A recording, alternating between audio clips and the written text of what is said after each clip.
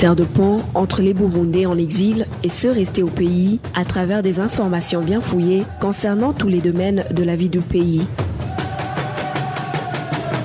Le magazine Humura Burundi est diffusé sur le web via le site de la RPA www.rpa.bi. Humura Burundi.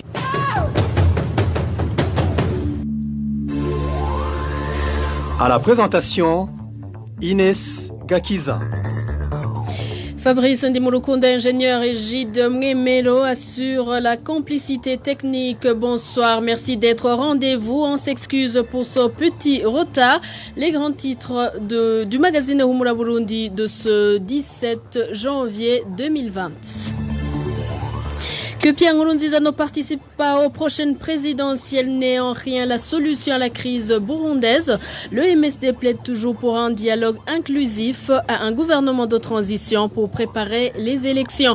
Une vingtaine de familles rapatriées en 2019 ont déjà repris le chemin de l'exil. Rentrées de la Tanzanie, elles ont été stigmatisées par les résidents. Dans ce magazine, nous reviendrons sur les grandes lignes de la résolution adoptée ce jeudi. Une résolution appela le gouvernement burundais au respect des droits de l'homme. Tout de suite, le développement de ces titres. Encore une fois, bonsoir et bienvenue. Commençons par la page sécurité. 2 personnes ont été blessées la nuit dernière à coups de machette sur la colline Muramba de la commune Buhinyuza, c'est en province Muyinga. Les 2 victimes sont membres du parti CNL. Ils gardaient la maison en chantier qui sera utilisée comme permanence de ce parti CNL. Les membres du parti CNL parlent d'actes d'intolérance politique qui continuent. 2 personnes présumées auteurs de ces actes de violence ont été arrêtées selon la police de cette localité.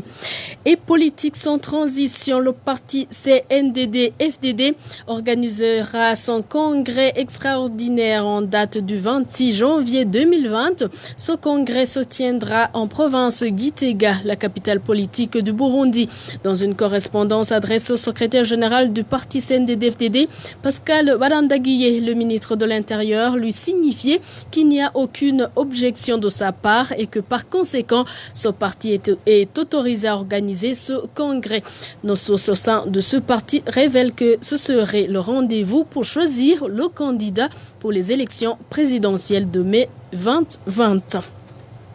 Et parlant justement des futures échéances électorales, les Burundais et la communauté internationale ne devraient pas être distraits par les propos du président Pierre Nkurunziza qui a dit qu'il ne se représentera pas aux prochaines élections. C'est du moins le contenu de la déclaration sortie par le parti MSD ce jeudi. Maître François Nyamoya, secrétaire général de ce parti, indique que plusieurs signes montrent que les élections inclusives ne sont pas possibles au Burundi. Que ce soit cette année ou que ce soit d'autres années, les règles d'une élection honnête sont connues. Comment peut-on parler d'élections libres quand il n'y a pas la liberté de réunion des candidats et des partis? Comment peut-on parler d'élections dignes de ce nom quand la possibilité de voter est privée à 5% de la population qui est en exil forcé, que 9000 prisonniers sont exclus du fichier électoral, que des candidats des partis politiques ne peuvent pas se réunir, etc. Les principes, les règles sont connues. D'ailleurs, comme je viens de le dire, ce sont des règles établies par les Nations Unies, reconnues par l'Union africaine. Alors, quand tout cela n'est pas réuni, il est impossible qu'il y ait des élections dignes de ce nom, et ce n'est pas le CNDD-FDD qui va les organiser. Encore une fois, la question n'est pas que Nkurunziza est candidat ou pas, la question est les élections digne de ce nom. Aucun des infrastructures légales et institutionnelles, parce que qui dit CENI dit CNDD-FDD. Il faut pas qu'on se cache la vérité. La CENI, c'est un instrument à tout faire du CNDD-FDD. Écoute, il ne devrait même pas ça donner la peine d'y aller. Mais les choses étant ce qu'elles sont, si avec les Imbonerakure, avec le service national, avec l'administration qui est là à terroriser les gens, si un individu est terrorisé et qui n'a d'autre choix qu'à sauver sa tête, bien sûr, qu'on va pas lui interdire d'aller voter, qu'il aille voter pour sauver sa vie. Mais qu'il ne se fasse pas d'illusion que ce qu'il aura voté, ce sera ce qui va sortir des urnes. C'est ce que nous allons dire. Donc, vous sauvez votre vie si vous n'avez pas d'autre choix, mais ne vous faites pas d'illusions. Parce que les gens, même si on les force à voter, ils ne voteront pas le CNDD-FDD, ils ne voteront pas pour le candidat du CNDD. Mais le résultat des urnes, c'est que le CNDD-FDD va gagner, que le candidat du CNDD-FDD va gagner. Voilà la réalité. Et pour le parti MSD, la crise burundaise ne sera dénouée que par un dialogue inclusif et la mise en place d'un gouvernement de transition qui préparera des élections. Après une pause, on parle justice et droits de l'homme. Retrouvez les différentes productions de la RPA sur Facebook, YouTube, SoundCloud, Twitter et sur www.rpa.bi. Blaise Pascal Kararumiye, correspondant de la radio Isanganiro en province Karuzi, est détenu dans un cachot du commissariat de police de cette province depuis l'après-midi de ce jeudi 16 janvier 2020. Il a été appelé sur téléphone par le procureur de la République à Karuzi et il a été incarcéré après 30 minutes d'interrogatoire. Blaise Pascal Kararumiye serait victime d'un reportage fait sur l'organisation et la gestion des coopératives Sangwe à Karuzi. Ce correspondant de Isanganiro en province Karuzi mettait à la lumière les cas de malversation économique opérés par les administrateurs communaux sur les financements octroyés par l'État à chacune des coopératives œuvrant dans les différentes communes de la province Karuzi. Plus de détails, c'est avec Trésor Nyangabo. Les administrateurs des communes Buhiga, Nyabikere et Gitaramuka ont été nommément cités par le gouverneur de la province de Karusi, Kalini Mbarushimana, comme s'étant illégalement ingérés dans la gestion des financements octroyés aux coopératives Sangwe pour l'autodéveloppement des membres des dites coopératives. Dans une réunion de ce mercredi avec tous les administratifs provinciaux, le gouverneur de Karusi leur avait mis en garde car selon elle, cette gestion devrait revenir aux responsables de ces coopératives elles-mêmes. Dans son reportage, le journaliste Blaise Pascal Kararumiye a reporté tout ce que le gouverneur avait annoncé dans la même réunion. Mais selon une source locale, le reportage aurait suscité des inquiétudes au sein du parti au pouvoir car tous les membres des coopératives Sangwe sont en même temps membres du parti CNDD-FDD. Certains se sont révoltés contre ces administrateurs qui sont également membres du parti au pouvoir. Sur une dizaine de porcs achetés par les administrateurs des 3 communes en faveur des membres de la coopérative Sangwe, 6 étaient porteurs d'une maladie non encore connue et sont morts quelques jours après. Notre source précise que le gouverneur Kalini Mbarushimana a préféré jeter le tort au journaliste qui a rapporté les faits pour calmer l'attention des membres de la coopérative. Après la diffusion de ce reportage, le gouverneur a donné l'injonction d'arrêter le journaliste Kararumiye en passant par le commissaire provincial qui par la suite l'a remis au procureur de la République. Après une courte audition, le procureur François Harerimana a ordonné sa détention au cachot communal de Buhiga où il est actuellement détenu sans dossier. Merci Trésor Nyangabo. Blaise Pascal Kararumiye passe donc sa deuxième nuit en détention. L'équipe d'Iwachu, également privée de liberté, elle totalise 88 jours d'incarcération. Les journalistes du groupe de presse Iwachu sont détenus à Bubanza, accusés de complicité à l'atteinte de la sûreté intérieure de l'État.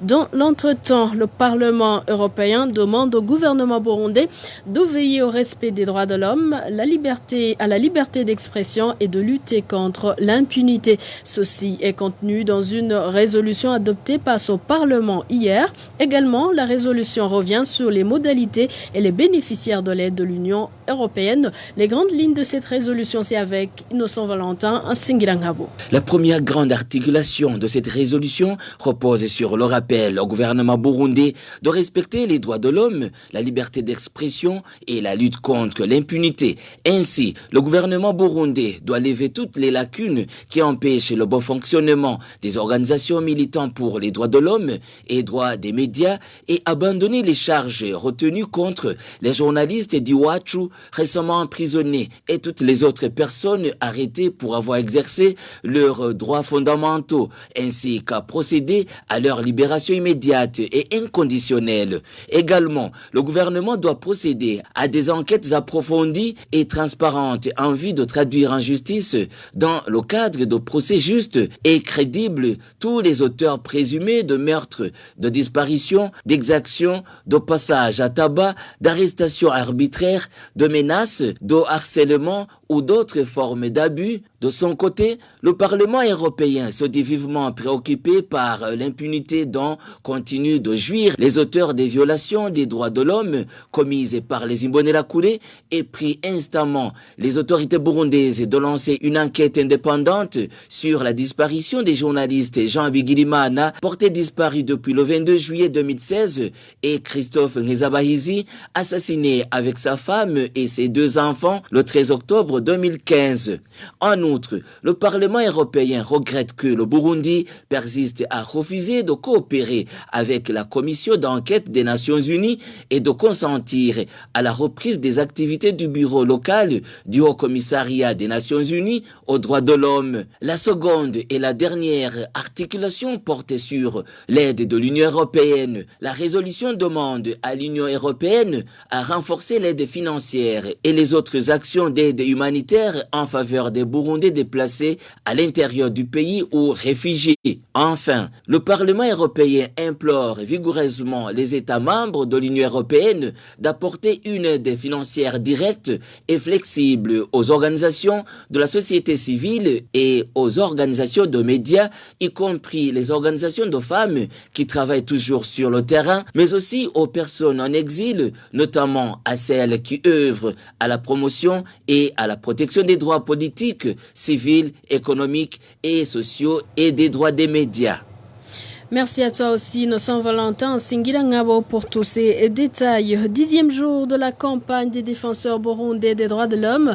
Le sujet abordé, les incidences des entreprises sur le travail des défenseurs des droits de l'homme. Eulalie Nibidi est la présidente de la coalition burundaise des défenseurs des droits de l'homme. Le message de cette 10e semaine de notre campagne parle des incidences des entreprises sur le travail des défenseurs des droits humains. Les activités des entreprises ont un large éventail d'incidences sur les droits de l'homme et le travail des défenseurs des droits de l'homme. Des avantages tels que la création d'emplois, l'amélioration des compétences qui contribuent à l'augmentation des revenus et la croissance économique ne doivent pas détourner l'attention de l'opinion sur des dérives enregistrées en matière de violation des droits humains. Dans les États à faible niveau de gouvernance et surtout, les entreprises privées sont souvent coupables de violation des droits en matière de travail et d'implantation des entreprises, ce qui menace la santé et la sécurité au travail et dans les milieux environnants, le droit à la propriété, etc., hypothéquant ainsi les efforts vers le développement durable. Aussi, les défenseurs des droits de l'homme, travaillant dans le cadre de la documentation et du plaidoyer sur les violations des droits humains commises par les entreprises, subissent menaces, harcèlement judiciaire, kidnapping et meurtres en toute impunité, du fait que les actionnaires et gestionnaires de ces dernières ont des relations très fortes avec les principaux décideurs au sein des différentes institutions de l'État. Nous demandons à l'État, en tant que principal détenteur d'obligations en matière de protection, de respect et garantie de l'exercice des droits humains, d'inciter les entreprises à faciliter le travail des défenseurs des droits humains et l'exercice du droit syndical afin que les défenseurs des droits des travailleurs soient protégés. Ceci est un message de la coalition burundaise des défenseurs des droits de l'homme, CBDDH, en sigle, avec l'appui du gouvernement du Canada. Humura Burundi. C'est toujours le magazine Humura Burundi, parlons gouvernance. À présent, les habitants de la mairie de Bujumbura, victimes des inondations, surtout ceux de la colline Winerekwa de la zone Gihosha, sont obligés de trouver eux-mêmes leur nouvelle habitation car le gouvernement n'est pas prêt à les assister. Ces victimes des inondations déplorent qu'ils n'ont pas été avertis d'avance qu'ils vont se débrouiller. Le point c'est avec Walter Kwizera. Alors qu'ils attendaient qu'ils soient délocalisés une fois pour toutes vers un autre endroit, Alain Guillaume Bunyoni, ministre de la Sécurité, a désillusionné les habitants victimes des inondations de la mairie de Bujumbura, surtout ceux de la colline Winerekwa. Le ministre Lera a indiqué qu'ils vont déménager par leur propre volonté ou que ce sont les catastrophes naturelles qui vont les délocaliser.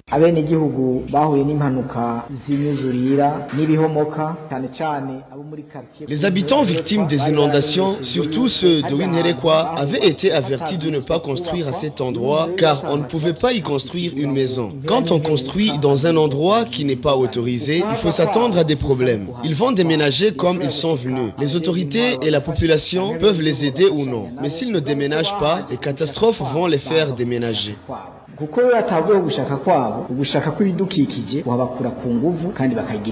Ces derniers jours, des tentes provisoires ont été installées pour ces victimes des inondations de Winherekwa en leur promettant de les délocaliser dans 4 mois. Pour le moment, ils s'étonnent de cette décision du gouvernement qui tombe sans être averti et certains d'entre eux croient que c'est impossible.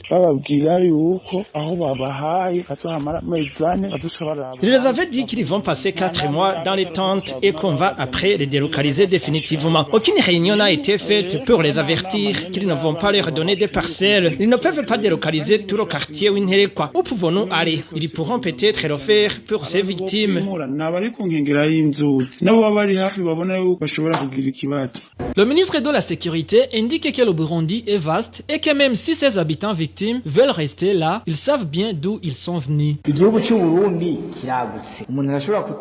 Le Burundi est vaste. Tu peux ne pas habiter à Winherekwa et habiter à Maramirundi, à Mabanda ou à Vianda, pourvu que tu sois vivant. Qu'ils cessent de résister car avant de venir à Winherekwa, ils avaient leur région d'origine. Le ministre de la Sécurité a tenu ses propos lors d'une conférence de presse ce mercredi. Dans cette même conférence, le ministre de la Sécurité publique a annoncé que des catastrophes naturelles font toujours des dégâts au Burundi. Après des alertes lancées par ce ministère, selon le ministre Alain-Guillaume Bunyoni, le manque de réaction immédiate par les services concernés est dû au manque de moyens et des fois à la résistance de la population ignorante. Et page réfugiés avant de clore ce magazine, plus de 20 familles burundaises rapatriées du camp d'Onduta sont retournées dans ce camp depuis le début de cette année. Arrivées au Burundi, ces familles se sont heurtées à la discrimination et à la méfiance des autres citoyens. L'éditation avec Lovis Nyonzima. Ces familles qui ont décidé de reprendre le chemin d'exil révèlent qu'elles avaient répondu à l'appel des autorités burundaises qui les tranquillisaient en affirmant que le pays est paisible. Arrivées, elles ont constaté le contraire. Nous avons repris le chemin d'exil suite à l'instabilité au pays. À notre arrivée, ils nous ont discriminés, disant que nous sommes des membres du parti CNL. Nos voisins n'ont pas apprécié notre retour. On ne pourrait pas faire aucune activité génératrice de revenus. Même si on vend quelque chose, personne n'achète. Nous n'avons aucun sou. Ils ne nous aident pas. Nous avons décidé de revenir suite à tous ces problèmes. Nous avions décidé de rentrer au pays parce que nous avions peur d'être rapatriés de force.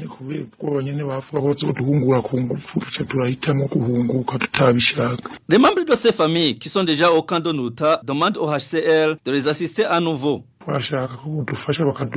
Nous demandons que nous soyons assistés et qu'on nous donne 2 cartes pour réfugiés. Nous sommes retournés au pays involontairement. Nous pensions qu'il y avait de la paix au Burundi, ce qui n'est pas le cas. Nous avons de sérieux problèmes. Nous sommes avec nos enfants et ils n'ont rien à mettre sous la dent. C'est pour cela que nous demandons encore une fois d'être assistés. Ces Burundais qui ont repris le chemin d'exil sont de différentes provinces, dont Chankuzo, Ruyigi, Makamba et Meri de Bujumbura. Ils indiquent que leurs pères n'ont pas voulu retourner en Tanzanie, mais qu'ils sont allés en République démocratique du Congo. Les pays limitrophes du Burundi n'ont pas cessé d'accueillir les Burundais qui fuient leur pays depuis la crise liée au 3e mandat de Pierre Nkurunziza. Durant l'année 2019, le HCR a enregistré plus de 10 000 nouveaux réfugiés burundais. Selon le rapport de cette organisation onusienne, plus de 1000 Burundais ont fui le pays au mois de novembre 2019. Et parmi ces pays limitrophes du Burundi, seule la Tanzanie n'a accueilli aucun réfugié l'année 2019. Vicky Chris Ninderetz. Dans son rapport annuel, le Haut Commissariat pour les réfugiés montre que 10 493 Burundais ont fui leur pays depuis le début de l'année 2019 jusqu'au mois de novembre de cette même année, tandis que durant le seul mois de novembre, 1170 Burundais ont fui leur pays. C'est l'Ouganda qui a accueilli un grand nombre de ces réfugiés, c'est-à-dire 5452 réfugiés. La République démocratique du Congo est en deuxième position avec 2570 réfugiés et le Rwanda en troisième position avec 2471 réfugiés. La Tanzanie n'est pas le pays de destination des réfugiés burundais car elle n'a accueilli aucun réfugié durant l'année 2019 selon toujours ce rapport. En 2018, le rapport du HCR montre que 7 959 Burundais ont fui leur pays et qu'un seul réfugié burundais a été demandeur d'asile dans son pays de Magufuli. Ce rapport du HCR parle également des réfugiés burundais qui sont rentrés au Burundi volontairement. Jusqu'au mois de novembre, ils étaient au nombre de 2916. Enfin, le HCR montre qu'à la fin de l'année 2019, les réfugiés burundais s'élèvent à 329 252, avec la Tanzanie qui héberge le plus grand nombre des réfugiés qui s'élève à 163 629 réfugiés. Vicky Chris, Ninelete, c'est par ton reportage que nous mettons point final au magazine Humura Burundi de ce vendredi 17 janvier 2020. Merci de nous avoir prêté une oreille attentive. Merci à toute l'équipe rédactionnelle, sans oublier l'équipe technique. Neska Kizajeti avec vous. Je vous souhaite de passer de bons moments chez vous. C'était le magazine Humura Burundi. Un magazine comprend pour relier les Burundais en exil et ceux toujours au pays à travers une information de qualité.